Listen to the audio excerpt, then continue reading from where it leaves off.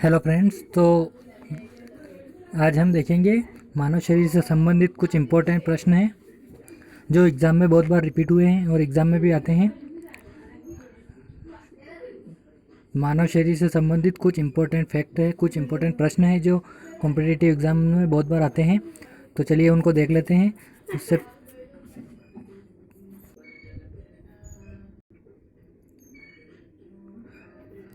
चलिए स्टार्ट करते हैं। मानव शरीर से संबंधित कुछ महत्वपूर्ण प्रश्न जो कई बार बहुत कॉम्पिटिटिव एग्जाम्स में पूछे गए हैं, तो वो चलिए स्टार्ट करते हैं। उससे पहले अगर आपने चैनल को सब्सक्राइब नहीं किया है तो सब्सक्राइब कर लीजिएगा, वीडियो को लाइक कर दीजिएगा, शेयर कर दीजिएगा और कमेंट कर दीजिएगा। अगर आपको और वीडियो चाहिए इसे तो कमेंट में बता दीजिएगा और वीडियो को लाइक कर दीजिएगा और चैनल को सब्सक्राइब कर दीजिएगा। ऐसी और वीडियो पाने के लिए बेल आइकन भी दबा दीजिए।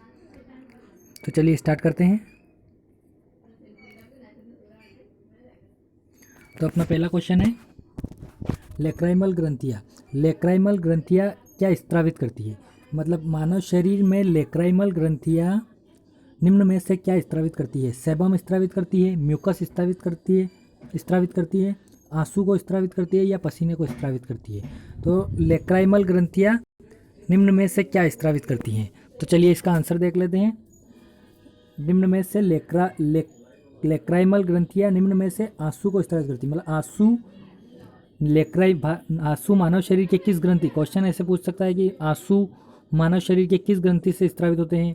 तो उसमें ऑप्शन आएगा लेक्राइमल ग्रंथि से। तो लेक्राइमल ग्रंथि कौन सा पदार्थ स्त्रावित करती हैं? तो आंसू को कौन लेक्राइमल ग्रंथि स्त्रावित करती है?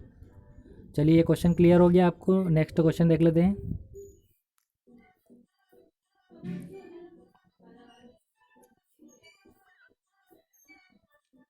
नेक्स्ट क्वेश्चन है, मनुष्य के चेहरे में अस्थियों की संख्या होती है। मतलब मनुष्य के चेहरे में कितनी हड्डियां होती है? मनुष्य के चेहरे में मतलब फेस जो होता है ना, फेस में कितनी हड्डियां होती है? तो इसका आंसर आएगा 14। मनुष्य के चेहरे में कितनी 14 हड्डियां होती हैं। कितनी हड्डियां होती है? 14 हड्डियां होती हैं। मनुष्य के चेहरे में क्या क्या मतलब 14 हड्डियां कैसे होती है?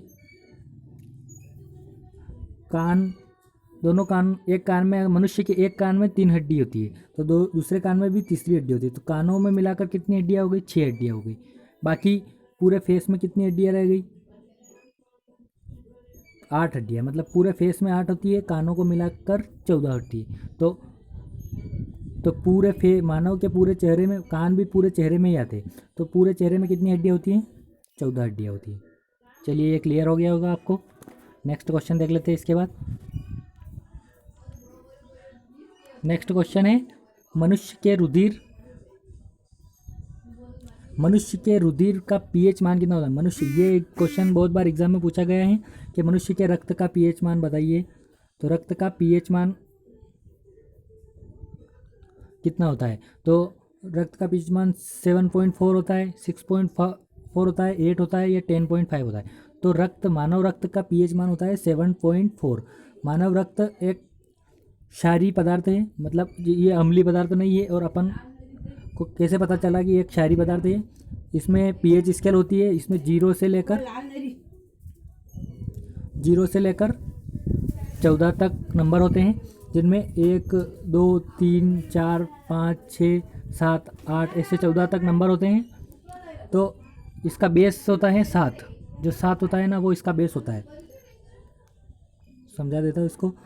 ये 0 से लेकर यहाँ पे 7 होता है, फिर यहाँ पर 14 होता है, तो इसका बेस आता है 7। मतलब 7 अगर जिस पदार्थ का पीएच मान है वो ना तो क्षारीय होगा ना अम्लीय होगा, वो उदासीन पदार्थ होगा। तो 7 अगर जिसका पीएच मान है वो 7 किसका पीएच मान होता है? जल एक उदासीन पदार्थ है, ना क्षारीय है ना अम्लीय है। तो जल का पीएच मान कितना होता है? 7 होता है। अगर किसी पदार्थ का पीएच मान 7 से कम है, मतलब 0 और 7 के बीच है, मतलब 7 से तो कम है और 0 से ज़्यादा है, तो वो पदार्थ क्या होगा? वो पदार्थ होगा अम्लीय। कौन सा पदार्थ होगा? अम्लीय। और अगर किसी पदार्थ का पीएच मान 7 से ज़्यादा और 7 और 14 के बीच में हो, 14 और 7 के बीच में हो, तो वो पदार्थ कौन सा होता है? क्षारीय पदार्थ होता है। तो अपन को पता चल गया कि जो ये पेप्सोडेंट होता है, जो दांत ये दांत साफ करने का होता है ना वो कोलगेट, उसका पीएच मान कितना होता है? उसका पीएच मान होता है लगभग 9 पीएच मान होता है। क्यों? और सबसे ज़्यादा क्षारीय वस्तु, क्षारीय पदार्थ कौन सा है? सबसे ज़्यादा क्षारीय, कई बार ऐसे पूछ लेता है निम्न में से कौन सा सबसे अधिक क्षारीय है, तो NaCl NaOH NaOH होता है। इसका पीएच मान होता है लगभग 14 के आसपास। तो ये सबसे ज़्यादा क्षारीय पदार्थ होता है। तो आपको समझ में आ गया होगा कि 7 से अगर कम है पीएच तो वो अम्लीय होगा, 7 से अगर ज़्यादा है तो वो क्षारीय होगा। तो अपने रक्त का पीएच मान कितना है? रक्त का पीएच मान है 7 से ज़्यादा है, मतलब 7.4 है, तो ये क्षारीय पदार्थ हो गया। चलिए ये क्वेश्चन क्लियर हो गया होगा आपको। नेक्स्ट क्वेश्चन पे बढ़ते हैं।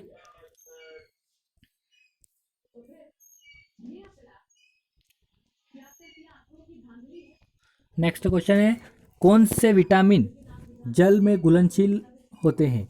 कौन से विटामिन जल में घुलनशील होते हैं? अपने को पता है कि अपने शरीर में कितने सारे विटामिन होते हैं? Vitamin A, B, C, D, E और K। ये अपने शरीर में ये सारे विटामिन होते हैं। कितने? A, B, C, D, E और K। तो इनमें से कौन सा विटामिन जल में घुल जाता है और कौन सा वसा में घुलता है? तो दो प्रकार होते हैं, एक तो जल में घुलने वाले और एक वसा में घुलने वाले। तो इनमें से विटामिन बी और विटामिन सी, ये दोनों विटामिन ही ऐसे हैं जो केवल जल में घुल सकते हैं। ये केवल ये दोनों विटामिन हैं जो जल में घुल सकते हैं। बाकी जितने भी है वो सारे वसा में घुलनशील विटामिन होते हैं। तो बाकी सारे बी और सी को छोड़कर बाकी सारे जितने भी है सब वसा में घुलनशील है। तो अपने को याद रखने में अच्छा होगा कि केवल जल में घुलनशील याद रख लो। जल में है बी और सी,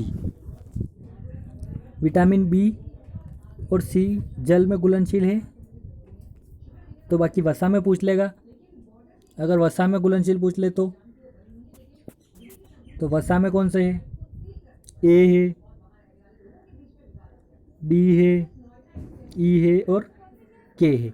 ये 4 विटामिन वसा में घुलनशील है और जल में बी और सी। तो इस क्वेश्चन का आंसर हो जाएगा कौन से विटामिन जल में घुलनशील है? तो इसका आंसर हो जाएगा बी, विटामिन बी और विटामिन सी। ये क्वेश्चन आपको अगर समझ में आ गया हो तो चलिए आगे बढ़ते हैं। और अगर आपको कोई भी डाउट हो तो कमेंट सेशन में कमेंट करके बता सकते हैं। चलिए नेक्स्ट क्वेश्चन आ जाता है अपना।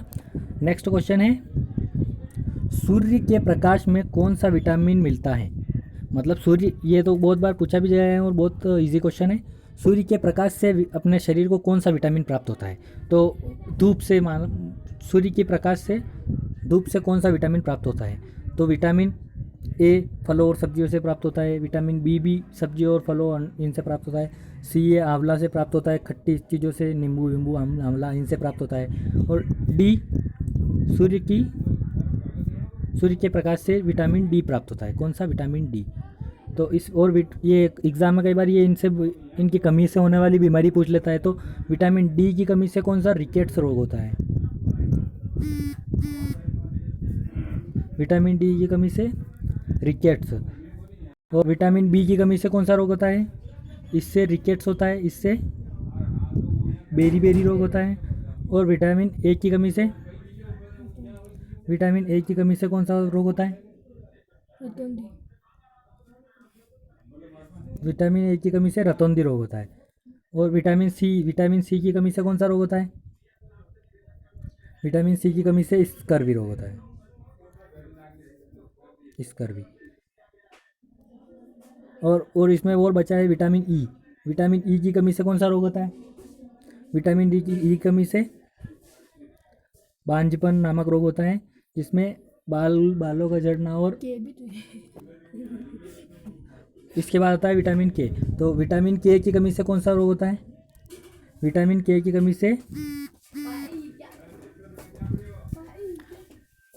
रक्त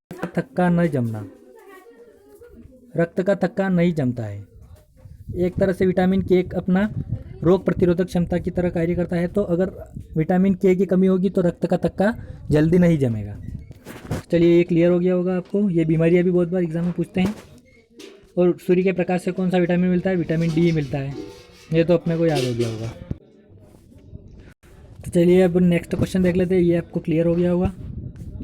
बहुत बार इसमें एग्जाम में क्वेश्चन आते हैं विटामिन से रिलेटेड। नेक्स्ट क्वेश्चन अपना आ जाता है, मनुष्य के शरीर में अधिकांश भोजन कहाँ पचता है? मनुष्य के शरीर में अधिकांश भोजन कहाँ पचता है? पहला ऑप्शन है अपना आमाशय में, दूसरा है छोटी आंत में, तीसरा बड़ी आंत में, या चौथा यकृत में। तो आप बता सकते हैं।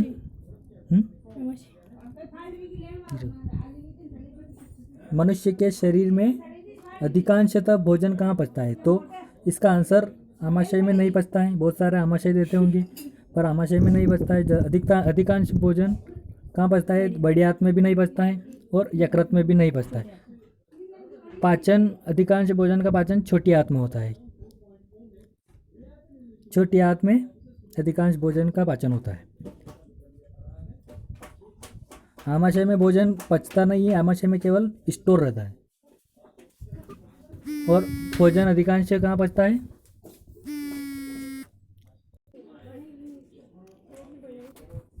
तो अपना क्लियर हो गया होगा। मनुष्य के भोजन का अधिकांश भाग कहाँ पचता है? तो छोटी आंत में पचता है। और बड़ी आंत में क्या पचता है? बड़ी आंत में जल का अवशोषण होता है। बड़ी आंत में जल का अवशोषण होता है। छोटी आंत में भोजन पचता है, बड़ी आंत में जल का अवशोषण होता है। तो चलिए आगे बढ़ते हैं। अपना नेक्स्ट आ जाता है। तो ये क्वेश्चन यहीं तक थे अपने। अगर वीडियो पसंद आया हो तो लाइक कर दीजिएगा, शेयर कर दीजिएगा और कमेंट कर दीजिएगा।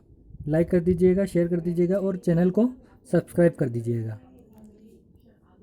वीडियो को शेयर कर दीजिएगा अपने दोस्तों में, व्हाट्सएप ग्रुप में, सब में शेयर कर दीजिएगा और चैनल को सब्सक्राइब कर दीजिएगा। Thanks for watching. Thank you.